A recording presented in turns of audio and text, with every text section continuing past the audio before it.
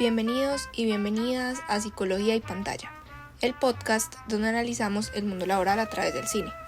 Hoy viajaremos en el tiempo hasta 1936 para hablar sobre una de las películas más icónicas de la historia, no solo del cine, sino también de la psicología del trabajo. Esta es Tiempos Modernos de Charles Chaplin. ¿Alguna vez se han sentido como un engranaje más en una máquina gigante? ¿Han sentido que el trabajo les absorbe hasta la última gota de energía? Chaplin no solo lo intuyó, sino que lo plasmó de una manera brillante y crítica. Hoy, además de recorrer esta obra maestra, analizaremos la alienación, la resiliencia y la resistencia humana que nos muestra. ¿Está preparada una organización para que su empleado termine literalmente devorado por una máquina? Hoy lo analizaremos desde la mirada de la psicología organizacional. ¿Nos acompañas? En el primer capítulo hablaremos sobre el mundo según la fábrica, centrándonos en el contexto y los personajes de la película. Para entender a nuestros protagonistas, primero debemos sumergirnos en su mundo. Tiempos Modernos se desarrolla en el corazón de la Gran Depresión en Estados Unidos de los años 30. Un paisaje de desempleo masivo, colas para conseguir comida y una desesperanza increíble. La historia transcurre en una ciudad industrializada, unas fábricas gigantes, muelles y lujosos almacenes que contrastan con la pobreza de las calles. En este infierno industrial conocemos a dos personajes. Por un lado está Charlotte, el obrero. Es el personaje principal y se caracteriza por ser un hombre bueno, ingenuo, que intenta cumplir con su deber en una fábrica que impone medidas inhumanas. Experimentan con él y sus compañeros con una máquina comedora para suprimir el descanso del almuerzo y aumentar la productividad sin importar su bienestar. El ambiente definitivamente es autoritario, los obreros no pueden cuestionar nada y el resultado se vuelve predecible. Charlotte sufre una crisis nerviosa por el estrés y la repetitividad, es devorado por el sistema literalmente y finalmente despedido tras causar un caos que él mismo no puede controlar. Él representa al hombre común aplastado por la industrialización. Por otro lado está la joven huérfana. Su historia es igual de trágica. Es huérfana de madre, vive con su padre desempleado y sus hermanas menores. Su padre muere durante la película en una protesta, dejándola completamente sola y a cargo de sus hermanas. Las autoridades quieren llevarla a un orfanato, por lo que ella huye, quedando sola y hambrienta en las calles. Ella vemos que es pura resiliencia, y juntos con Charlotte forman una familia, un dúo que se aferra a la esperanza en un mundo que solamente les ha fallado. Para ellos, el trabajo no es una carrera ni una realización personal, es simplemente sinónimo de supervivencia, comida, un techo. Durante la película vemos cómo se convierte en un ciclo perpetuo y desesperanzador. Pues consiguen un empleo precario, algo sale mal casi siempre por factores fuera de su control, lo pierden y vuelven a la calle. Esto se convierte en una carrera de obstáculos, pero sin línea de meta. A este significado que le dan los personajes al trabajo, podemos agregar los 3 niveles que vimos en clase. En primer lugar, en lo micro se encuentra la salud mental, que en este caso en el trabajador la podemos ver destruida, con el estrés, la alienación, entre otras cosas. En lo meso vemos que no hay relaciones de compañerismos positivas. Los trabajadores son simplemente masas anónimas moviéndose al unísono, oprimidas por el sistema. Y en lo macro vemos que la cultura organizacional de la fábrica es realmente tóxica, basada en la vigilancia, el control, la despersonalización, entre otras. El presidente nada más podemos ver cómo ve todo a través de una pantalla como símbolo de una estructura de un poder opresivo. Ya para el segundo capítulo hablaremos sobre las etiquetas de la exclusión, acompañada de un análisis sociolaboral. Si usáramos las categorías sociolaborales modernas vistas en clase para analizar a los personajes, veríamos cómo su situación es de una precariedad crónica, una situación de trabajo caracterizada por la inseguridad, bajos salarios, contratos inestables, falta de protección social y condiciones laborales que no garantizan un sustento digno de forma duradera, generando en ellos un estado de incertidumbre constante sobre el futuro, impactando la salud y calidad de vida de estos personajes y perpetuando las desigualdades sociales. Volviendo a las categorías, podemos ver cómo Charlotte durante la película se mueve constantemente. Al inicio está ocupado como obrero en la fábrica, Tras su colapso, cae en el desempleo y su vida se convierte en una sucesión de trabajos inestables. Es encarcelado tras ser confundido con un líder comunista por levantar una bandera roja que se le cayó a un camionero, pero incluso prefería quedarse en la prisión por la comida y el techo. Sin embargo, llega un punto en el que ya debe salir de su condena y le dan una carta de recomendación. El primer empleo que consigue es como vigilante nocturno, luego como ayudante de un mecánico y finalmente como mesero. Pero siempre está en una situación de subocupación, empleos inestables, sin recursos y definitivamente sin ninguna experiencia en lo que está haciendo.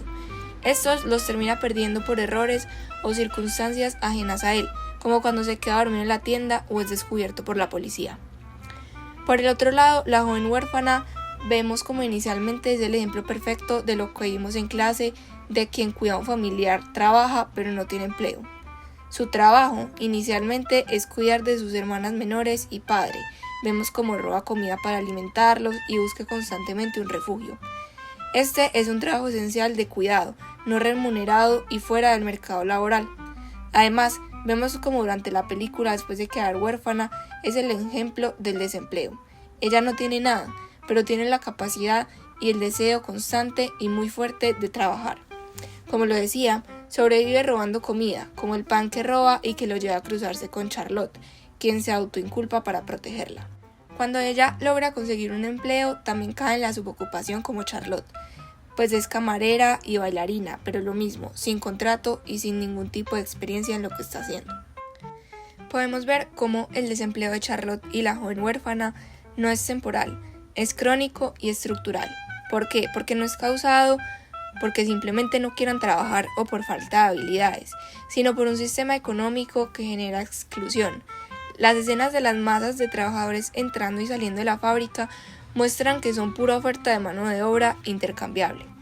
Sin embargo, podemos ver cómo durante la película ellos mantienen una postura muy luchadora, y es sorprendente ver cómo la situación que enfrentan es una suma y una descripción de problemas que vemos hoy en día: desempleo, automatización alienante y una competencia increíble por cualquier empleo que llega.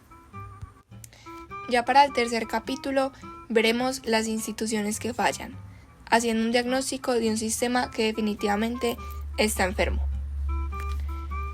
Podemos ver que la película va más allá de la historia individual. Es un diagnóstico de cómo las instituciones fallan estrepitosamente en su deber de proteger y desarrollar a las personas. En primer lugar, la institución más poderosa definitivamente es la fábrica. Este no es un lugar de trabajo, es una máquina de moler almas. Ejerce un control totalitario, pues el presidente espía a los trabajadores hasta en el baño. Experimenta con ellos como ratas de laboratorio, como con la máquina comedora. Y su influencia es tan corrosiva que sugiere que la educación y la sociedad están diseñados solamente para crear obreros dóciles, más no ciudadanos plenos. La fidelidad en esta no es voluntaria, es forzada por la necesidad económica. Y la eficiencia se mide únicamente en velocidad de producción, ignorando por completo el bienestar del trabajador. El jefe, podemos ver cómo desde su pantalla con sus cámaras vigila y exige eficiencia, rompiendo cualquier idea de comunidad o contrato social justo y humano. En segundo lugar está el Estado. Su presencia no se siente realmente a través de políticas públicas de apoyo o subsidios. Por el contrario, el Estado en esta película se manifiesta a través de la autoridad coercitiva, la policía que reprime protestas, como la que muere el padre de la joven, y los agentes que quieren separar a las hermanas para encerrarlas en un orfanato. En esta película, el Estado definitivamente no es protector, sino que es una amenaza más. Acá vemos una ausencia total de lo que veíamos en clase sobre los mercados transicionales, que recordemos que son esas instituciones que permiten y protegen la movilidad entre empleados, formación y periodos de desempleo. En tiempos modernos, el mundo de Charlotte es la ausencia total de estos mercados transicionales. Cada transición es definitivamente una crisis. Cuando pierde su empleo en la fábrica, no hay prestaciones de desempleo ni sistemas de apoyo. Cae directamente en la pobreza y en la delincuencia, como cuando es arrestado por equivocación. No existe el aprendizaje permanente para recapacitarse. Y sus intentos de conseguir empleo, como lo es el ayudante, el guardia nocturno y el mesero, son puro ensayo y error desesperado, no a través de un sistema de formación que facilite la transición, haciendo que todas las transiciones sean forzadas, traumáticas y hacia una precariedad mayor. Realmente en la película no hay instituciones que gestionen este riesgo. La sociedad, en esta película, abandona al trabajador en cada punto de su transición laboral. Y en tercer lugar, como institución, vamos a mencionar la cárcel, que se presenta realmente como una ironía increíble. ¿Por qué? Porque se presenta como el lugar más seguro, porque ofrece cobija, comida, orden, y esto considero que es una crítica devastadora, porque la institución del castigo ofrece más bienestar que el supuestamente mundo libre del empleo y del hambre. Obviamente, teniendo en cuenta todo el contexto de esta película, la familia tradicional está ausente, destruida por el contexto, y solo sobrevive la que uno elige y construye, como la que podemos ver de Charlotte y la joven, que se enamoran y sueñan con una vida mucho mejor contra viento y marea. Ya para el cuarto capítulo veremos la intervención posible. Definitivamente el panorama es desolador, pero nos obliga a pensar, ¿qué tal si un profesional de la psicología del trabajo hubiera entrado en esa fábrica? ¿Qué se podría haber hecho? Retomando un poco el significado del trabajo y aplicando un poco lo que vimos en clase, hablamos que el trabajo tiene un plano de significado, un valor subjetivo, una realización personal y es un fenómeno social que brinda estatus, interacciones, entre otras cosas. En tiempos modernos, la película es un estudio de la pérdida total de ese significado del trabajo industrial. El ritmo de la máquina anula cualquier posibilidad de realización personal. Las interacciones sociales se reducen a ser perseguido por un capataz o por la policía, y el colapso nervioso de Charlotte, donde no puede dejar de repetir el movimiento de apretar tuercas, es la metáfora definitiva de cómo el empleo alienante destruye la psique humana. Aquí, un psicólogo organizacional no vería a Charlotte como un loco que hay que encerrar, sino como el síntoma de una organización enferma. Su intervención sería desde dos puntos. Primero, a nivel individual, en donde evaluaría el estrés y el burnout de Charlotte.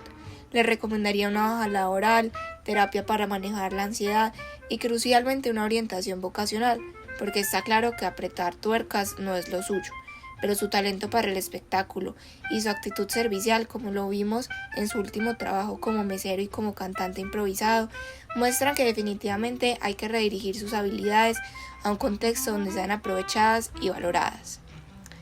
Pero la raíz del problema va un poco más allá que el nivel individual, está en la organización. El diseño del puesto de Charlotte es inhumano, vemos cómo es hiperespecializado, repetitivo y sin autonomía. Charlotte definitivamente está atrapado en su puesto. Vemos que no hay movilidad dentro de la fábrica más que ser objeto de un experimento como la máquina de comer que termina en fracaso. Su actividad carece de todos los núcleos motivadores como lo son la variedad, la identidad con la tarea, el significado, la autonomía, el feedback, pero no tienen ninguno de estos, por lo que el resultado predecible es la desmotivación, el estrés, la alienación y finalmente el colapso que vemos en la película. La solución definitivamente no es una máquina para darles de comer, sino un rediseño del puesto. Un psicólogo organizacional aquí propondría rotaciones de tarea para evitar la monotonía, formación de equipos donde un grupo complete una subensambladora completa dándole sentido al trabajo o a lo que están haciendo, capacitar a los capataces para que fueran líderes que apoyan y no que oprimen, y realizar pausas regulares y obligatorias lejos de la línea de ensamble para recuperar esa carga mental. Y aquí, aplicando lo que hemos visto en clase, el análisis iría mucho más allá. En clase, hemos hablado que el trabajo es un esfuerzo consciente y deliberado, pero en tiempos modernos vemos que esto se pierde por completo. Los movimientos de Charlotte son mecánicos, inconscientes e impuestos por el ritmo de la máquina. La escena más famosa, donde es literalmente absorbido por los engranajes de la máquina, es una metáfora perfecta, porque el trabajador ya no controla su esfuerzo, simplemente es una pieza más de la máquina perdiendo su deliberación y conciencia. Aquí, un psicólogo del trabajo u organizacional, desde el enfoque multinivel, no solo miraría el rediseño del puesto, también analizaría los factores físico-ambientales que rodean a Charlotte, el ruido ensordecedor de las máquinas, la iluminación, la falta de espacios de descanso. Todos estos son estresores ambientales que contribuyen a su sobrecarga y fatiga. Desde la ergonomía cognitiva se evaluaría la carga mental de su tarea monótona y la falta de control, proponiendo estaciones de trabajo mucho mejor diseñadas. Pero en esencia, el problema de Charlotte es un caso que definitivamente encontraríamos en un libro de condiciones de trabajo adversas. Abarca todos los grupos que hemos estudiado, las condiciones de empleo precarias, los factores físico-ambientales negativos, la organización deshumanizante del trabajo y los factores psicosociales tóxicos, como un liderazgo autoritario y de vigilancia que destruyen cualquier posibilidad de clima laboral positivo. Esto nos lleva al corazón del problema, la cultura organizacional. La cultura de la fábrica definitivamente es tóxica. Sus valores son la eficiencia sobre la humanidad, el control sobre la confianza. Es una cultura que, como definimos en clase, limita la percepción y el comportamiento de las personas, moldeándolas para que se vean a sí mismas como engranajes. Un psicólogo trabajaría aquí para cambiar esa cultura, promoviendo valores de bienestar, colaboración y dignidad, y entendiendo que la cultura es la base del clima laboral. El segundo gran problema es justamente ese liderazgo y la cultura. El presidente, como ya lo hablábamos, ejerce un estilo autoritario y de vigilancia, donde podemos ver que espía a sus empleados, los presiona para aumentar la productividad sin importar el costo humano y los trata como recursos intercambiables. Esta cultura organizacional valora la eficiencia por encima del bienestar, creando un ambiente de desconfianza y deshumanización, y el mensaje final es claro para el empleado, diciéndole que es prescindible.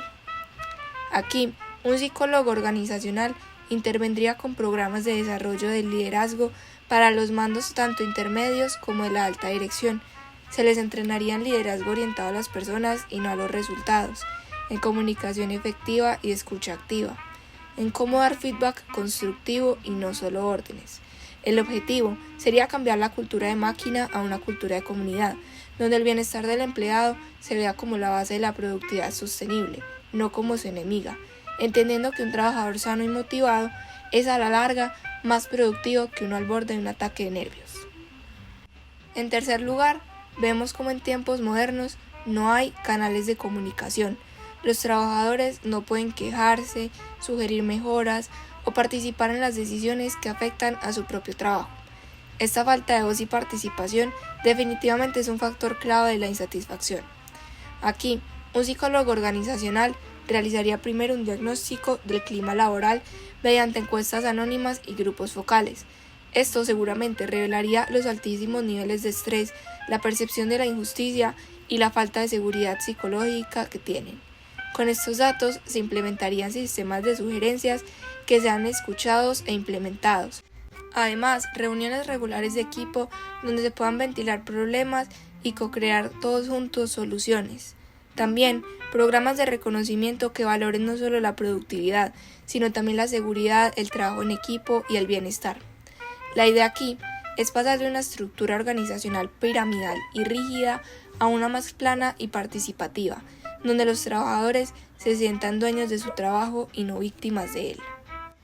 Finalmente, podemos ver que la película aborda el miedo a la automatización, factor que al igual que los anteriores se presenta hoy en día con el auge de la inteligencia artificial.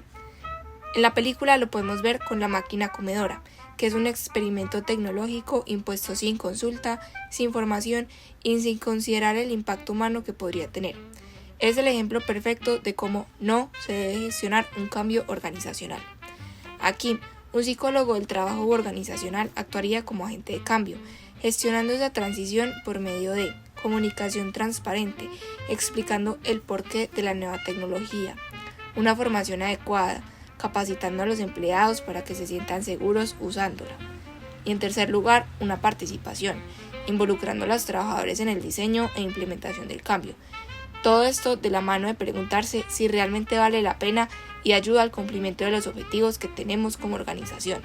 Aquí el objetivo es que la tecnología sea una herramienta que empodere al trabajador, no un instrumento que lo reemplace o lo degrade. Aunque menos mal en la película no toman la decisión de usar esta máquina, pues definitivamente hubiera generado más estrés, más alienación y muy probablemente accidentes laborales por su propia utilidad y funcionalidad. Ya para concluir, podemos decir que Tiempos Modernos era una película de su época, pero su eco resuena hoy en la precariedad laboral, la vigilancia digital, la ansiedad por la productividad y el miedo a la automatización. Esta película nos recuerda que el trabajo debe ser un espacio para la dignidad humana, no para su destrucción.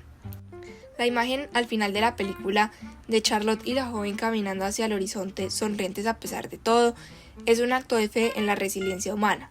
Él le dice, no nos demos por vencidos, pero también es una llamada a la acción, a construir organizaciones y una sociedad donde la esperanza no sea un milagro, sino una consecuencia natural de un trato justo y humano.